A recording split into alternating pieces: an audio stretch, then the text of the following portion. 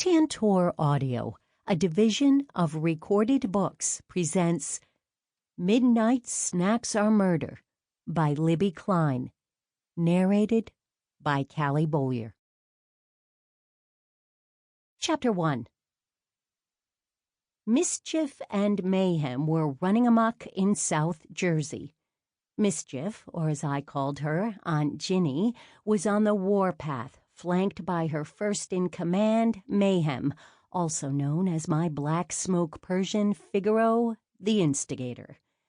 Today their battleground was the kitchen, and the enemy was knee-deep in the hoopla, installing pearl gray cabinets and black and silver granite countertops.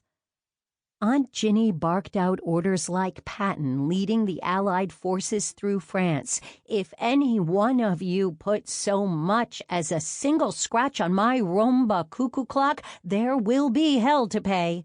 My first husband Lovell brought that home from Germany in 1945. It survived 3 wars, a fire, and Hurricane Sandy. I'll be darned if it's going down because of a slipshod kitchen remodel. I'd been stranded in Cape May with my 80-ish great-aunt ever since I was lured up here to attend my 25th high school reunion a few weeks ago, and was voted most likely to kill a cheerleader.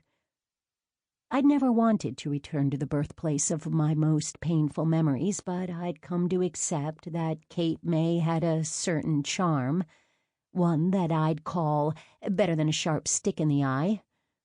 I'd been away long enough to forget that Aunt Ginny teetered on the edge of crazy. Now it was my job to look after this rickety old rattletrap and the house. With 2 redheads under the same roof, and one of them having just bought a wakeboard on extremesportsforseniors.com, I think 20 years in the women's prison would have been easier. We'd been undergoing a major refurbishment to transform the Queen Anne Victorian into a quaint, beachy bed and breakfast, so I'd have a way to support Aunt Ginny and she could keep her independence. A new roof had been laid, the porch and swing had been repaired, and the entire outside of the house had been freshly painted in Easter egg shades of butter yellow, baby pink, and lavender. A wooden shingle hung in the front yard proclaiming us the Butterfly House B&B, punctuated with a giant blue and black butterfly. I'd gotten the local radio station to run a call-in contest giving away passes to our special fall fling event. The free weekend got me some generosity points and sent me 4 sets of guests to be my guinea pigs. There was still a long list of projects to be completed before we officially launched our grand opening, not the least of which was to find ways to keep Aunt Ginny and Figaro from scaring off the clientele. I ran upstairs with my checklist to the guest bedroom we'd named the Swallowtail Suite and inspected the work. "Smitty!" A little man with a perfectly round bald head like a crystal garden globe and deep-set cow eyes danced into the room. "What's up, boss?" "Smitty, why is this room painted Island Pool? It's supposed to be buttercream. Island Pool was for the Adonis Blue Suite. It matches the king-size duvet in that room." Smitty returned a blank expression. "It's a theme?" Smitty scratched his head. "We've talked about it at length." Smitty grunted and pulled a folded checklist out of his paint-smeared overalls. He frowned and looked up into my eyes. "I can fix that."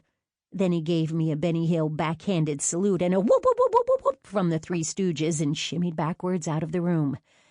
I sighed.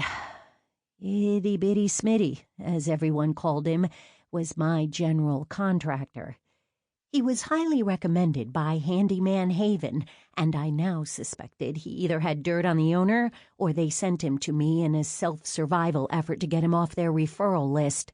He was the only handyman within my budget who was available on short notice. I was starting to see why. I heard a crash on the first floor, and Figaro slinked up the stairs and sat at my feet. "What did you do?"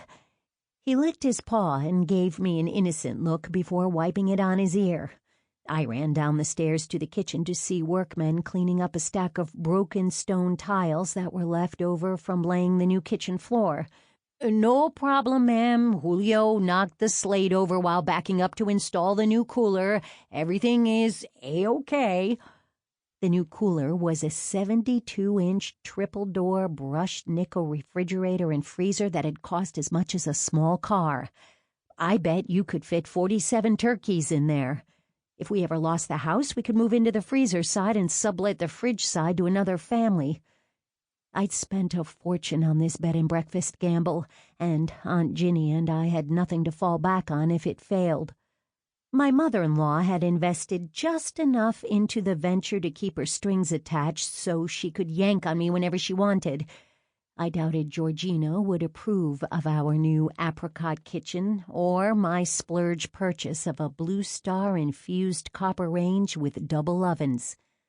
When Georgina makes a big purchase, it's a wise investment. When I do it, apparently it's superfluous. Between the bed and breakfast baking and my daily delivery of gluten-free muffins to La Dolce Vita coffee shop, the 1970s avocado green General Electric model had to be replaced. I was afraid it would explode if I ran it for more than 2 hours at a time.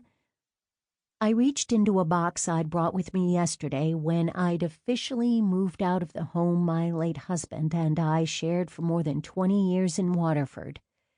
It was a painful move, and with it, part of my life, the part with John, was really over.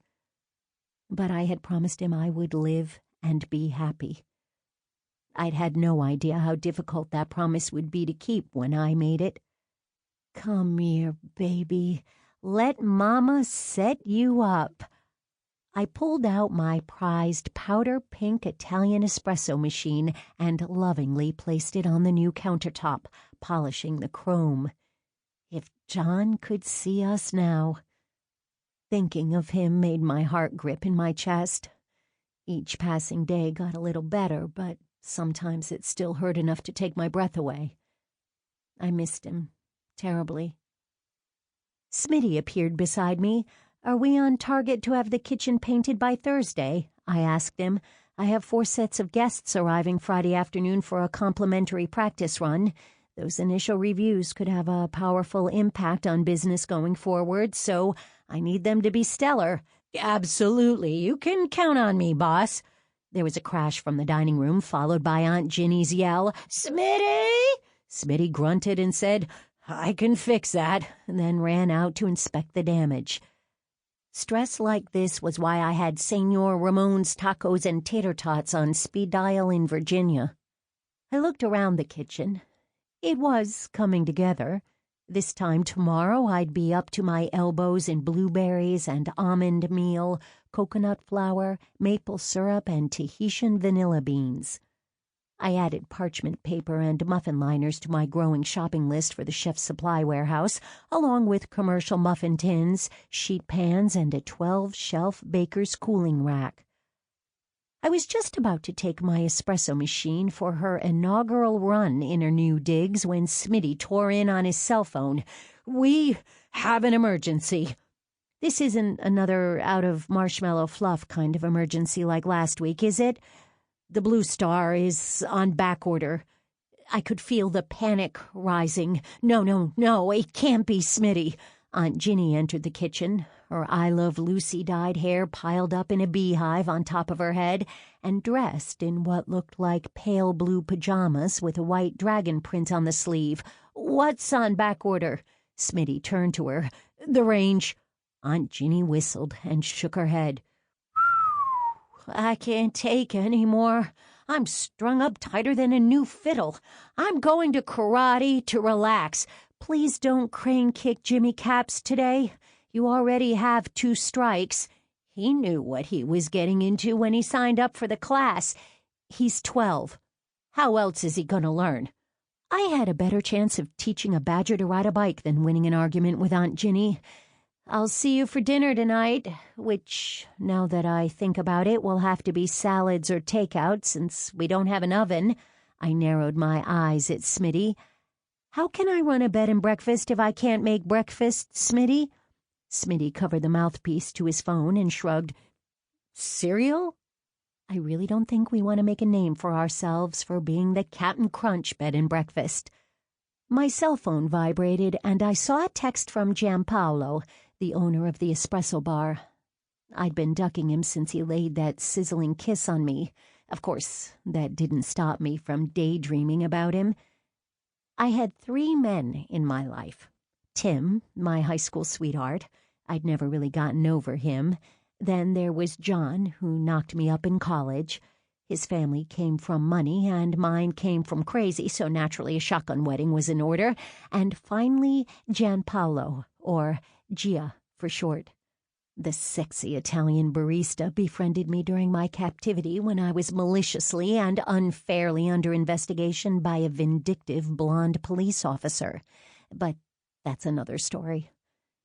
I turned into a pool of melted chocolate whenever Gio was around, and I'm pretty sure he could tell. My head was clogged with murky thoughts of men and moving on, and I had to wade through them to read Gia's text. It said he had something important to discuss with me, and could I come over this afternoon to do it in person? Before I could tap out so much as a smiley face, there was another crash by the front door, followed by Aunt Ginny crying out in pain. My heart lurched, and I ran to the foyer with a prayer that she was okay. Figaro galloped past me to be the first on the scene. Aunt Ginny's tiny frame lay on the parquet wood floor in a heap. I ran to her side and yelled to anyone listening, "Call an ambulance!" Chapter 2. "Poppy Blossom, don't you dare call an ambulance or I will flame your hiney," Aunt Ginny groaned and shifted herself upright. "I lost my balance, that's all. I haven't been sleeping. With all this rigmarole in my house, I'm just petered out. Falling is not a small thing, Aunt Ginny, especially at your age." Aunt Ginny scowled and gave me a sideways look. "Well, it's not. And I think we need to get you checked out to make sure you didn't break anything. But Master Kim will have to smash boards without you." I had Smitty scoop her into my Toyota Corolla and belt her in.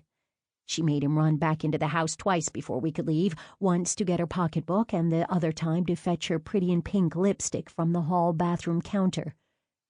We started out toward Cape Urgent Care, but Aunt Ginny howled and hollered that only her doctor knew her and was qualified to diagnose her. He'd been her family physician since I was in ponytails, and at her age she should have a say in her medical treatment. For me not to acquiesce to her demands was nothing short of elder abuse.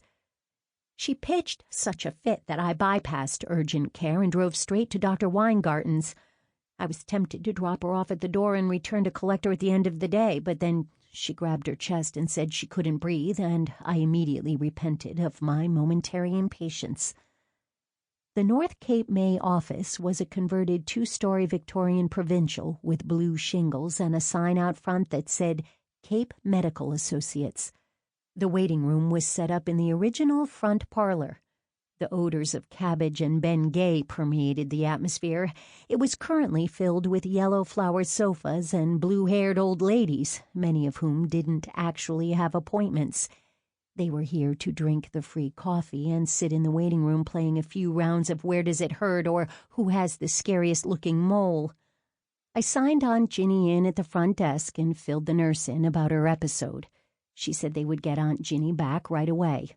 Not 10 minutes later, a young woman in pink scrubs with the phrase, "Nurses do it in harmony," embroidered over the front pocket, came to fetch the crabby patient. Aunt Ginny narrowed her eyes and grimaced at the nurse. "Where's Yolanda?" The girl gave Aunt Ginny a pleasant smile. "Yolanda had her baby. I'm Tracy. I'll be filling in while she's on maternity leave." Aunt Ginny stood reluctantly. "When was the baby born?" "Last Thursday, in the middle of the night." "Darn. I had Sunday morning in the pool." As Tracy led Aunt Ginny through to the patient rooms, Aunt Ginny cross-examined her. "What kind of nursing degree do you have? What kind of grades did you get? I don't want to be treated by a nurse who got C's. Why didn't you go all the way to become a doctor?" I sent up a silent prayer for Nurse Tracy. I sat in the waiting room too upset and distracted to read the much-pawed-over issues of People. I didn't know what I would do if I lost Aunt Ginny. We'd gone through a lot together. I'd fully expected her to be honored by Al Roker and the Smucker's Jelly People one day. Sass and stubbornness were all that was holding her together, and they don't have a pill for that yet if it fails. She had been good to me my whole life. My mother dumped me on her doorstep when I was a kid. She had raised me, and I repaid her with a hasty exodus the moment the ink was dry on my high school diploma. If I could take it all back for a few more years with her, I would do it in a blink. Now I was responsible for her well-being. I was going to be sure to take better care of her from now on. I wiped a tear off my cheek. 20 minutes later, Aunt Ginny sashayed into the waiting room looking like she'd just won first place at this senior center tapioca cook-off. She waved at friends across the waiting room. "Hey, Mish, how's the bursitis?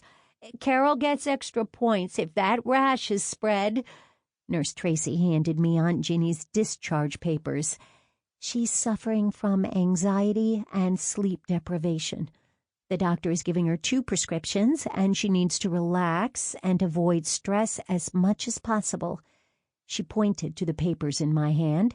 She has one for her nerves and one to help her sleep. "That's it? She doesn't need a CAT scan or anything?" Aunt Ginny smiled at Nurse Tracy and jabbed me in the side with her elbow. Nurse Tracy smiled back. "Nope. If she doesn't improve in a few days, the doctor may order some further tests, but for now she's free to go about her regular routine." I wondered what Nurse Tracy would say if she knew Aunt Ginny's regular routine included rollerblading on the boardwalk and Krav Maga classes. It was unusual for Aunt Ginny to fall victim to so much stress. Usually she was just a carrier. We made a quick stop at the pharmacy to fill the prescriptions. We arrived home 2 hours later, loaded down with Aunt Ginny's shampoo, conditioner, a jar of oil of Olay, a tub of Noxema, 2 packs of Hall's cough drops, a tube of chapstick, a box of Turtles candy, Maybelline's entire dazzling disco collection of eyeshadow, blush, and lipstick, a pair of flip-flops from the dollar bin, silver glitter nail polish, emery boards, and the drugs. I was considering taking one of her anti-anxiety pills for my efforts. I opened the front door and was rolled over by an eerie calm.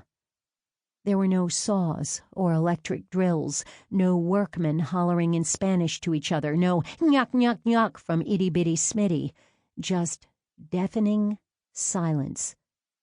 The temperature had dropped, but it was warmer outside than in the foyer. Figaro was sitting on the 3rd step with his ears flattened against his head, swishing his tail to a menacing beat. Aunt Ginny was frozen in place. "I don't like this." I took a step into the house and noticed all the workmen sitting on the couch in a line in the library, hands on knees, looking straight ahead. Smitty was perched on the end wearing a scowl. They looked like little boys caught smoking in the bathroom by the principal. I approached Smitty, their commander-in-chief. "What's going on? Why is no one working?" Smitty rolled his eyes and nudged his head towards something behind me. A pair of icy hands came around to cover my eyes, and a shrill voice said, "Guess who?" Chapter 3. I felt my chest tighten and my breath came in short bursts. Please, just let me be having a stroke. 5 feet 4 inches of brunette wickedness packed in a vintage pink Coco Chanel suit stood in front of me. "Georgina, what a surprise!" Much like the way that iceberg was a surprise to the Titanic. "I came to check on my investment and see how the house was coming along. Oh, sweet Jesus." Aunt Ginny took a seat in the wing-back chair in front of the fireplace. Figaro jumped up on her lap but kept his eyes on Georgina, as if waiting for her to turn back to her natural state as queen of the underworld when the sun set. Georgina marched in front of the workmen like she was looking at a prison lineup. "And thank God I found these." She waved her hand in dismissal at the workers. "Men about to install the world's largest refrigerator in that tiny kitchen. I knew there must be some mistake. I mean, really, Poppy, why do you need a refrigerator that monstrous?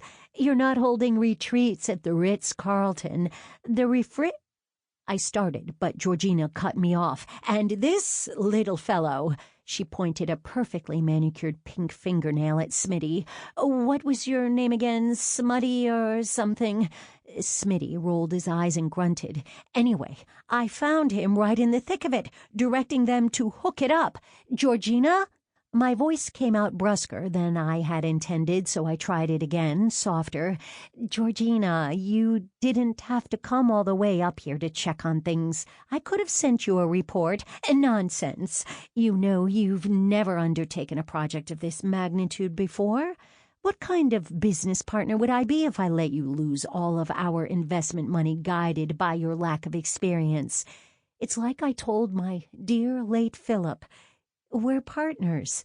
You shouldn't do anything without my valuable insight."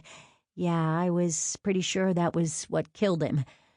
The workmen shifted uncomfortably in their seats. Smitty made the sign of the cross. "We're not launching a hospital wing. We're opening a bed and breakfast.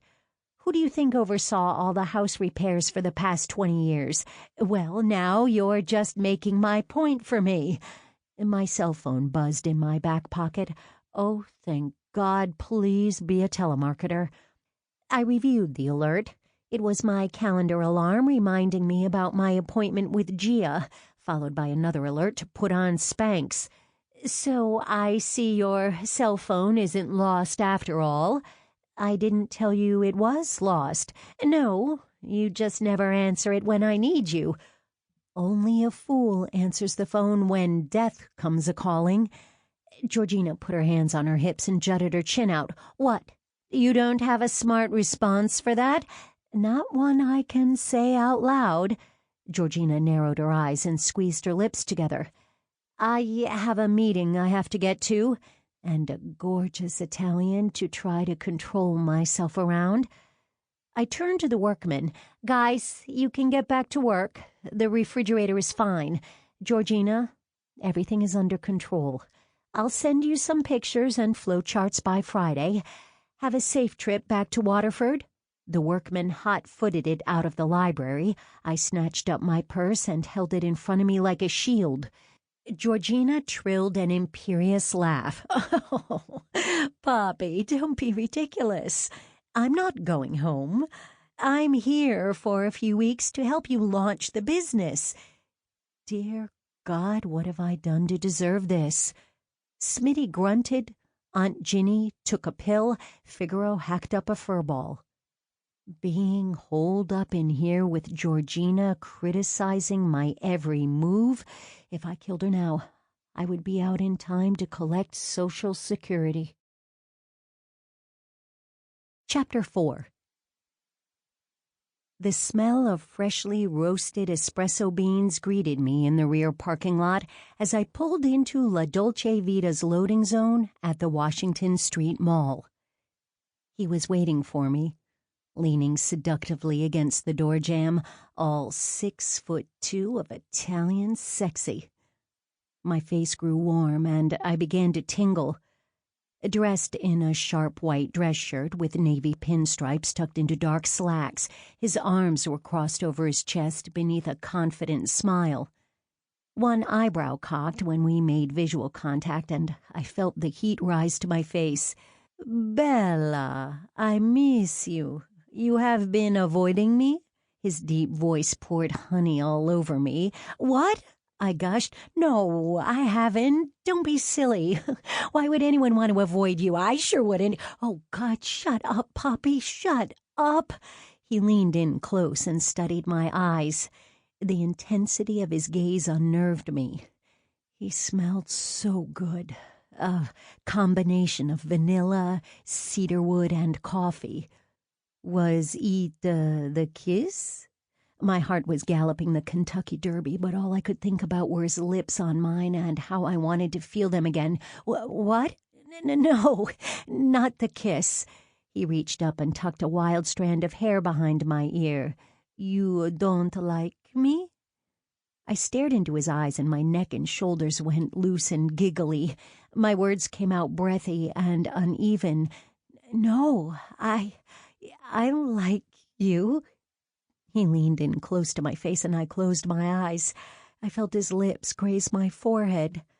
My eyes fluttered open and a moment passed between us where his eyes judged my response to him. He smiled warmly. Good. I like you too. My knees went gooey. Come, I will make you a coconut latte and we'll talk of plans. Ooh, plans for what? I need to lose at least 30 pounds before I'll allow myself to get naked in the daylight. Wait, what are we talking about? We went through the back kitchen to the caramel and chocolate-colored dining room, where creamy coffee-tone leather bar stools lined up at the walnut espresso bar. You've been dropping off the muffins and leaving so quickly I hardly have any time with you. I thought maybe there was someone else. Someone else? The image of Tim flashed in my mind with a burst of shame. Gia was watching me closely. His smile never left his face, but there was anxiety behind his eyes that belied some of his confidence. Is there? I took a deep breath. Well, no. I mean, maybe. I'm not sure. Gia nodded and warmed a pitcher of coconut and almond milk. Mm-hmm. I have sort of reconnected with an old boyfriend. He nodded but never broke eye contact. Okay. I was supposed to marry him 20 years ago, but my cheating on him and the resulting pregnancy kind of threw a kink into those plans. I paused to let that sink in. I waited for signs of disappointment or disgust to roll over Gia's expression. Gia cocked his head and a slow smile spread across his face. Bella, you have a child? He placed the finished latte in front of me. Oh, no, I lost the baby. I couldn't have them after that. His face paled. He came around the counter and wrapped me in his arms. I tried to be cool and keep it together, but I ended up with tears running down his pinstripes. He pulled me closer, and I gave in to his embrace. I am so sorry for your loss. I don't know what I would do without my son. Henry is such a big part of my life. I know he isn't the same for you, but he does adore you. If you ever want to spend time with him, you just need to say the word. My heart swelled in my chest for this beautiful, generous man. If only our timing wasn't so off. I dried my eyes on a paper napkin. Thank you. I would love that. Gia's sister Carla came in from the back with her long, dark hair tied up in a topknot and wrapped an apron around her tiny waist. Dressed in a red leather miniskirt and red stiletto boots, she belonged on the cover of Italian Vogue rather than the business end of a frothing wand. Looking at Carla was like looking in a mirror at a fun house after cataract surgery. She looked from me to Gia and shook her head. Gia sent her off to get a new bottle of white chocolate syrup from the storage room and sat on the bar stool next to me. So, this boyfriend, you are serious? I took a sip of my latte. What? Oh, no, we've only been out a couple of times. He's very busy running his restaurant. Gia cocked his head to the side. You have an understanding? About what? You are exclusive? With Tim? We've never talked about it. I'm not even sure we're actually dating. I just feel really ashamed, like I'm cheating on him again because I keep thinking about kissing you. What did I just say? Oh, no. I flicked my eyes up to Gia's to see if maybe luck was on my side and he didn't catch that. Nope. Judging from his Cheshire cat grin, I'd say he heard me. I'd seen that look in his eyes before, and I never quite knew what he was up to. Carla swiveled back into the room with the syrup. Gia spun my bar stool to face him. If you haven't discussed being exclusive, then there is no problem. He raised an eyebrow and smiled. You can tell the high school boyfriend that you are keeping your options open, huh? And he should too. Carla snorted. Sample complete. Ready to continue?